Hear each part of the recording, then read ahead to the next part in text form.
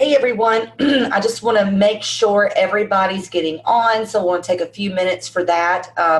And while we're doing that, actually, please let me know where you are. I would love, love, love to hear, who's here with me tonight, where you're from, and so that we can talk. So actually today, I'm going to be doing the webinar as Peter is he has a prior engagement, and it's Raphael's birthday, so he's definitely not going to be here. Hey, Terry, and Terry actually lives down in Fayetteville, or Fayetteville. If you're from Georgia, you say Fayetteville. We got Victor from Charlotte, North Carolina. So glad that you're on. So glad that you're on tonight. Hey, Raphael. Raphael, I don't know if you remember comping that property for us in Florida, but that's where I'm at today. Actually, one of our partners found a deal down here in Palm Bay, Florida, which is about an hour east of Orlando. And we came out here to look at it, me and my husband. One thing, hey, Steve from North Carolina, it was good talking to you last night. One thing that we do with our partners is if not only do we help you find the deal, teach you how to do that, how to call sellers. Once you find the deal, we'll actually be the ones to fund that deal for you and then split the profits 50-50. So that's why I'm here. I'm here to check out a deal. Normally, almost everything that we buy, I always go take a look at it. It helps me determine, if we should purchase it or not, some of the things that need to be done to it, as well as when I'm working with the partner throughout the deal. If I've actually put my eyes on it, I feel like I can, assist our partners better in the decision making. Hey, Lynn from Crestview, Florida. I don't know how close that is to Palm Bay, but that's where I am today. So tonight, this is not going to be a long one. What I'm going to be sharing with you guys tonight is the importance of understanding purchase contracts. If you do not know and understand your purchase contract, it's going to be very, very hard for you to get a deal done. Also, if you don't understand how to execute the contract, you're going to have some problems, there too. So we'll get started with that in a minute. A funny thing, someone said to me the other day, they go, Julie, I just hate it how much you travel. When I got to thinking about that, and I went, yeah, it's really terrible to stay in nice hotels and eat at nice restaurants, all the time. But I absolutely love traveling and going to visit our partners and seeing the deals that they're doing. That's, one of the great, great things. Hey, John, he's actually right up here in Jacksonville, which is not too far from here where I am. And strangely enough, we have an office in Jacksonville, Florida, off Highway 95. John knows that, but for any of you guys that, are here in Florida, that's one thing that we do. So, one thing I want to mention to all of you that are on tonight that aren't currently, our partners, and, if you are, we would love to have more partners to be in our one-on-one partner-driven coaching program. Like I mentioned before, not only do we show you exactly how to find the deals, and I'm not going to teach you strategies about, going on MLS properties or calling for sale by owners. One thing that we specialize in is teaching you how to deal direct to seller.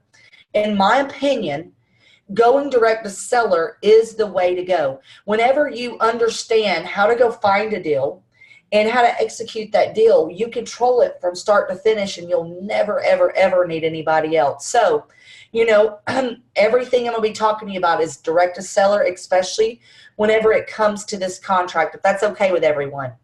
And listen, I'm the only one controlling this webinar tonight, so I'm going to be able to see your questions that you put up. So please feel free to ask any questions that you might have along the way. Hey, Lula White, thank you for saying hello. I really appreciate that.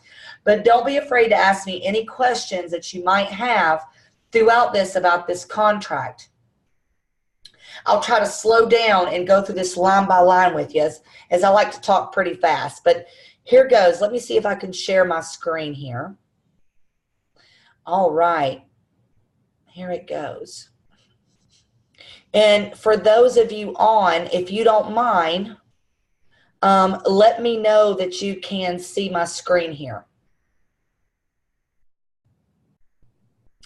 Okay, good, good. So we'll get back to your questions here in just a minute. Let me get rid of some of this stuff. Okay.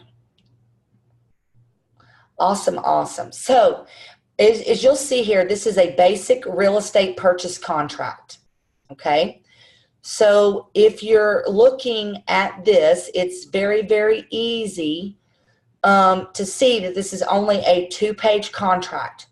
The opinion of that for me is that the easier that you make it for someone else, because listen, guys, you've got to remember, you know, a lot of you guys are training and you're learning in real estate, but these people aren't in real estate. So it's very important that you make things simple and easy for individuals to understand and make it comfortable. Make it very, very comfortable for them. Because as many of you've heard, 90% of all of the population are fleers instead of fighters, okay?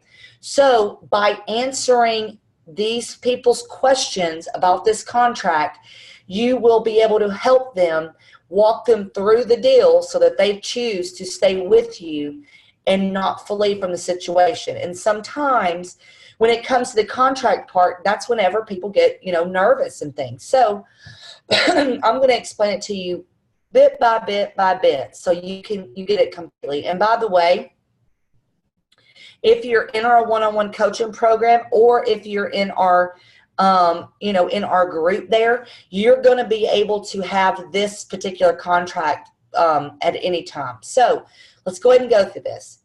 Dated this blank day of 2019. Obviously, if it's today, it is the 5th of February, 2019. Here after the buyer is you. Okay, I'm not going to take a long time on this, but if you are in our program, this is where our company name would go. All right. If you are doing this on your own or you're wholesaling possibly, this is where your LLC should be, okay, as the buyer. So that should be, let's say, you know, 123 LLC.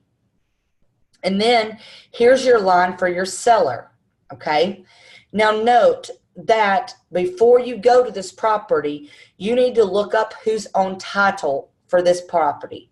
So for instance, let's say John Smith owns this house, okay? Then John Smith would go here. But what if John and Karen Smith both own this property? You want both John and Karen Smith to be noted here on the seller line. And then you're going to go property located at blank, and there's a little bit of spacing issues, and this is where you're going to fill out the actual address of the property, okay? Note very slightly, there's a small line here that says this contract is fully assignable. You are able to use this contract if you are either wholesaling and or if you are fixing and flipping this property, okay? So if you're wholesaling, you're putting the property under contract and you are assigning the contract to another buyer. That's why this little sentence is super, super important, and is to not be taking out of this contract, because there's some things that you can take out of this and there's some things that you must keep in. If you choose, if you're thinking about wholesaling a property, then you've got to keep this in here. Purchase price paid to the buyer in U.S. funds in the amount of blank. This is obviously going to be your purchase price. Now, when I'm going to a seller appointment, there are some things that I'm going to pre-fill out and there's some things that I'm not. Obviously, the date, the buyer and the seller and the property address is going to be pre-formed. But I'm going to leave this purchase price here blank so that I can handwrite it in at the appointment, because I don't know what I'm going to negotiate yet if I'm going to an actual live appointment. Okay, terms, cash at closing. That's just kind of something extra that that you add to the contract. In all actuality, whether someone's getting a loan or not a loan, the seller is going to technically get cash at closing, a wire transfer. But, technically you're not like taking a bag of cash, with you. So let's get into the contingencies here. And I'm going to spend a little bit of time on this particular step. Property inspection period. A property inspection period is the amount of time that you as the buyer have to inspect this property so that you can back out of this contract or not. It's super important that you keep up with these days. And actually, to me, the inspection period is more important than the actual closing date. If you are trying to wholesale properties, all right, the longer you get in this period, the longer you have to sell this property. But I'm going to go through this one by one here. Buyer at buyer's expense shall have blank business days after the acceptance hereof to have the property and all improvements, fixtures, and equipment inspected. Seller shall cooperate in making the property reasonably available for such inspections. Buyer's due diligence period does not start until the day of inspection. Okay, there's some key things here that are added to our contract which make it so special. Shall have blank business days. Okay, most contracts say days. We've added business days here. That's going to give you a little extra time. I normally will not do a contract unless this is at minimum 15 days, 15 business days. And in all honesty, I'm trying for 30 every time. Okay, negotiating your inspection period and your closing date, it can almost be just as important as negotiating the purchase price. Also, another huge thing here, buyer's due diligence period does not start until the day of inspection. So, for instance, let's say you're looking to purchase a property and it's tenant occupied and you can't get in there to do your inspection. Well, I've clearly noted that my inspection period does not even start until the first day of that inspection. So if we, get this house under contract and it takes them 3 weeks to get me into the property, well, look, the inspection period does not start until that day that I got in there.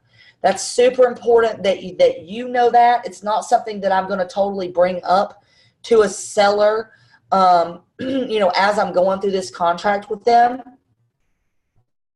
Buyer agrees to indemnify and hold seller harmless of any injury or damage caused by such inspection.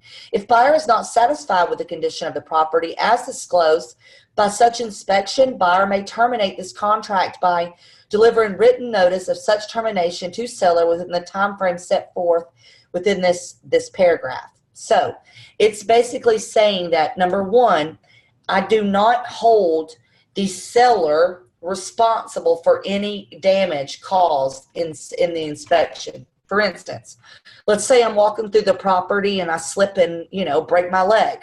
I'm saying here that, while I'm there, I'm not going to hold you accountable for any injury or anything like that might happen during the inspection. It also clearly states that if I'm not satisfied with the condition within the inspection, I can terminate this contract by delivering a written notice of such termination. Got it? Buyer is typical for their own typical closing costs. Closing costs include the buyer's and seller closing fee, title insurance, real estate taxes, transfer taxes, and fees associated with buyers getting a free and clear title. This is basically saying that as a buyer, we will pay all of the closing costs, okay? Title insurance will be paid by the buyer. Now, normally, this is all if you're purchasing a property. If I am wholesaling a property, my other contract that I'm going to have with my end buyer is going to state the fact that they're responsible for closing costs. That way, I'm just a line item on the settlement statement, okay? And I'm getting an assignment fee. Title insurance will be paid by the buyer. Taxes will be prorated up to the date of sale, and buyer will be given a credit at closing for any and unpaid real estate taxes. So essentially, on the date of closing, let's say closing happened today. I'm responsible for real estate taxes from today to the end of the year, right? They are responsible, the seller is responsible from taxes from the beginning of the year till today. So if they've already paid their taxes for this year, they will be prorated the taxes that they've already paid in out in that amount, and that will be notated on the settlement statement. Deed. Seller will provide a marketable title and a general warranty deed with release of title to buyer or buyer's designee, which would be if I was assigning the contract, free and clear of all liens unless otherwise noted. Okay. Now, sometimes, you know, when you're purchasing these deals, obviously you're purchasing them from individuals that, you know, quite possibly need things cleared up on their title. All this is saying is that we won't be buying this property unless the title can be cleared and it's marketable. So I've got to be able to get title insurance on this property. Both properties have an opportunity to seek legal counsel to advise them in this transaction. Okay, guys, so this is the first page. Does anybody have any questions so far?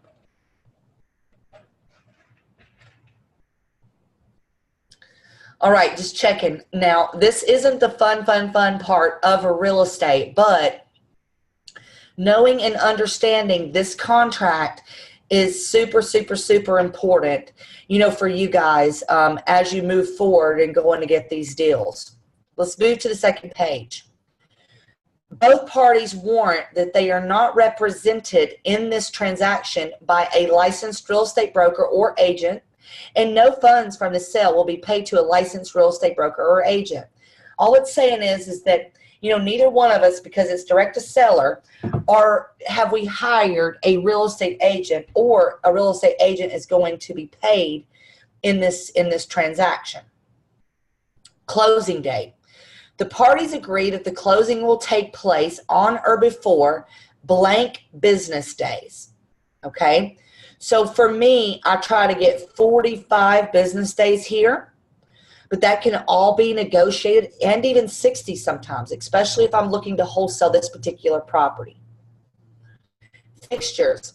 This sale shall include any and all fixtures to the property, including, but not limited to, heating and air conditioning equipment, built-in appliances, curtain rods, attached carpeting, mirrors, lights, screens, storm windows, storm doors, unless otherwise noted here. And let me give you an example. One time I went to go buy a property, and I always inspect the home the day before closing, and they had taken out the stove, the light fixtures, all kind of stuff out of this house. You know, and obviously if this had not been in the contract, then I wouldn't have been able to go back to them, because when they took those things out, it was going to, you know, really make the deal not work anymore, because I had to replace all of those things.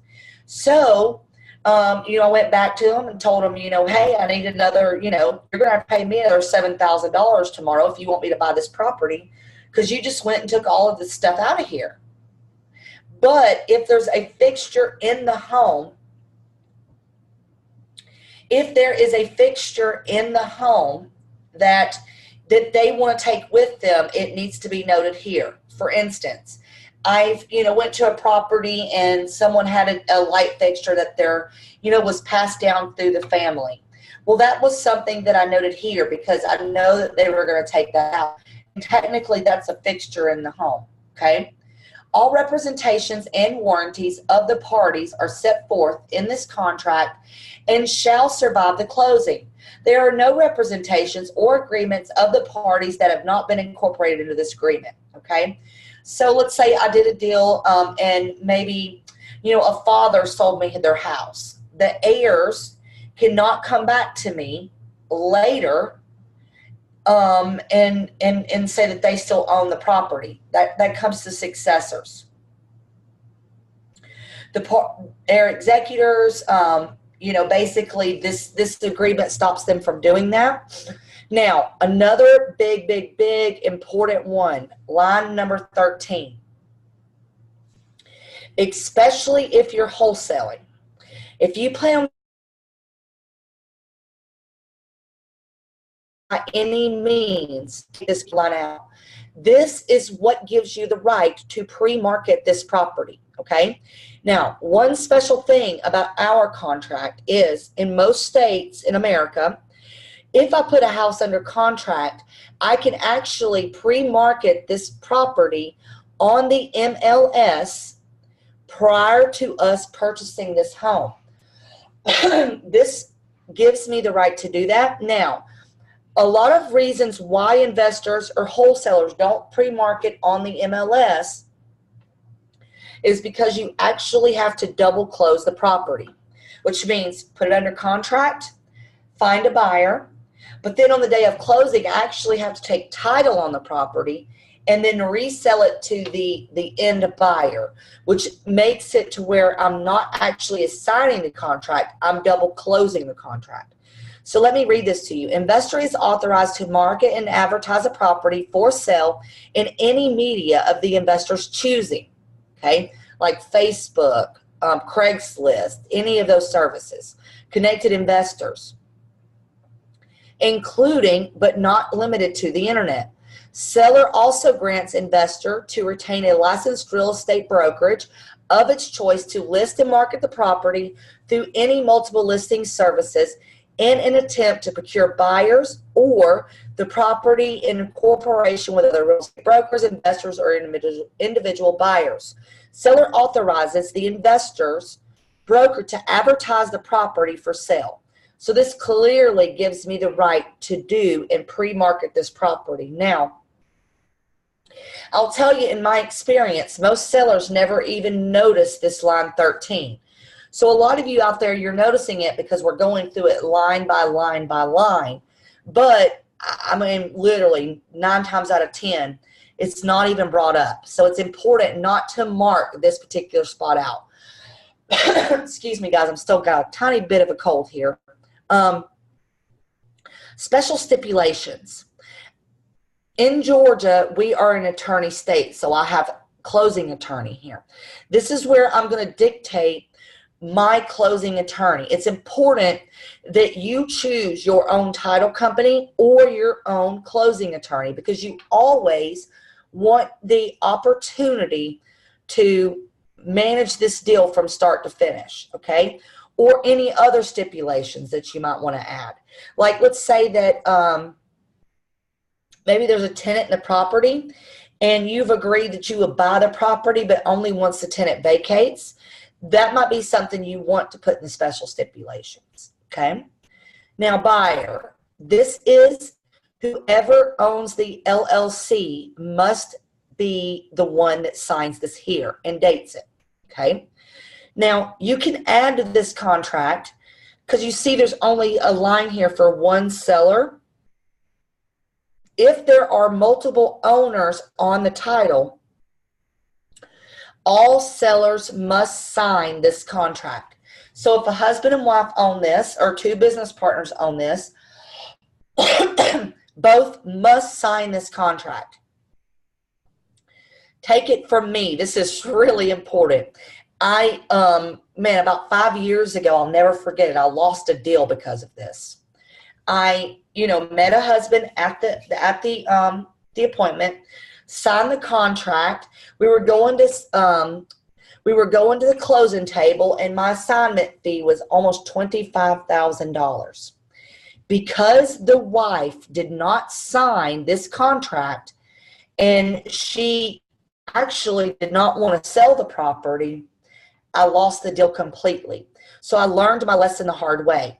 Just know that if you are doing a deal that has multiple sellers, that all sellers sign the contract. You got it? All right, so now we're open for questions. Please put anything in the chat box here, any questions that you may have. That's really all it is when it comes to purchasing that's really all there is to it, to this purchase contract. So one question is, what's the difference between selling the contract or selling the house? Well, what you're really doing is you're assigning the contract. A lot of people call it selling the contract, and I guess it It sort of is, but what you're doing is you're assigning the contract for a fee. So you're assigning this purchase contract to an end buyer and collecting a fee for doing so. So for instance, I put a house under contract for $60,000 and I might assign the contract to another investor for $70,000. I'm going to want that end buyer to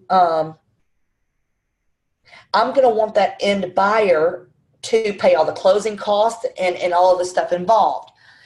So in the end, I'm going to be getting a $10,000 assignment fee. A lot of this stuff can be, negotiated throughout the deal. Hey, Kimberly, I'm glad you're still out there doing your driving for dollars, looking for deals. Good job. Thanks for chiming in. Does anybody have any other questions?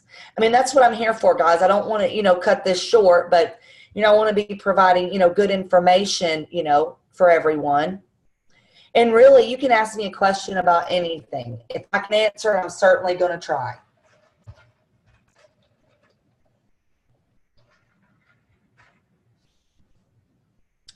Okay, got a good question here. Victor wants to know, I've had many homeowners wanting to use their agreements where those agreements are not assignable and includes an EMD and due diligence fee. How do you get around that? I think when you said homeowners, I think you must be dealing a lot with other wholesalers or other investors, because I very rarely get around that or have that problem. Most homeowners don't just have a purchase contract lying around. Now, if I'm going to add in earnest money, and I'm glad you brought this up, after my purchase price, I would add earnest money in the amount of blank to be held at buyer's closing agent. Okay? So, and then in this part, I'm going to be notating who my closing agent is. I personally don't mind putting down earnest money, because earnest money is going to be refundable through the property inspection period. So I'm really not going to lose my earnest money, because I'm going to make sure that I back out of this contract prior to ever losing the earnest money. And I know you're saying it's direct to sellers, Victor, but just go on more appointments. I've not, but I've really not had a problem with sellers having their own purchase contracts ever, unless they were maybe a real estate agent or they were an investor.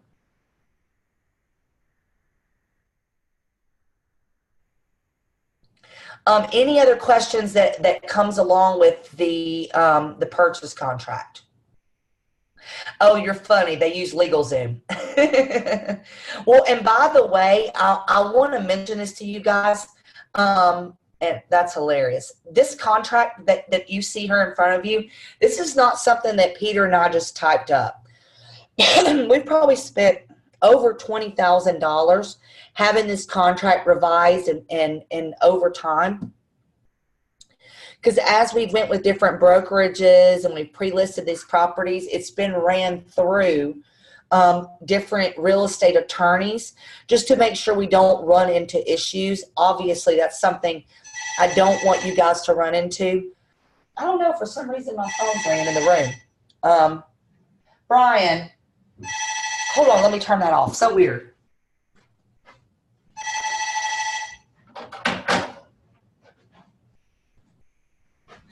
I've never had that happen. When does home phones ring in your hotel room?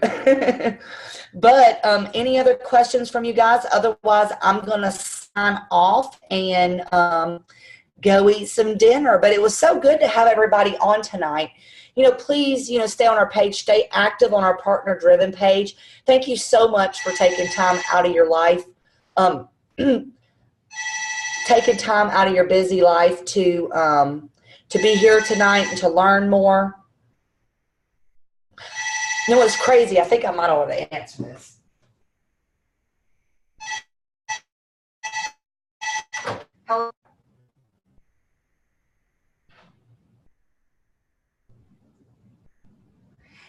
Yeah, yes, I did. We'll come get it. Thank you. Bye. Oh, crazy. But I left my bag downstairs. Sorry about that, guys. That was so weird. But anyway, I hope all of you have a good night. Thank you for joining us, and we'll see you next Tuesday.